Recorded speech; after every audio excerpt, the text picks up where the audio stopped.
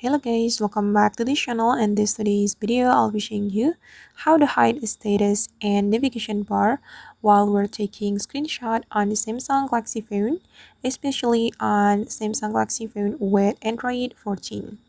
Alright guys, let's get into it. First of all, we can open our settings application on our Samsung Galaxy phone, and we have to scroll down to find the advanced features.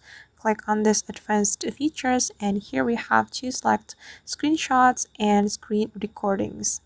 Okay, and here if we want to hide status and navigation bar, we can click on the toggle button to activate this feature. Click on the toggle button, and now this feature has been activated. So if we take a screenshot using the Samsung Galaxy phone, the status and navigation bar will be hidden. So I'm going to demonstrate it to you. I'm going to take a screenshot, for example. Wait guys. Okay, and now let's just take it in our gallery. I'm going to open my gallery application.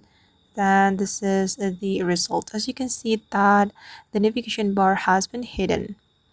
Alright guys, and that's how we can hide the status in navigation bar while we're taking screenshot on Samsung Galaxy phone.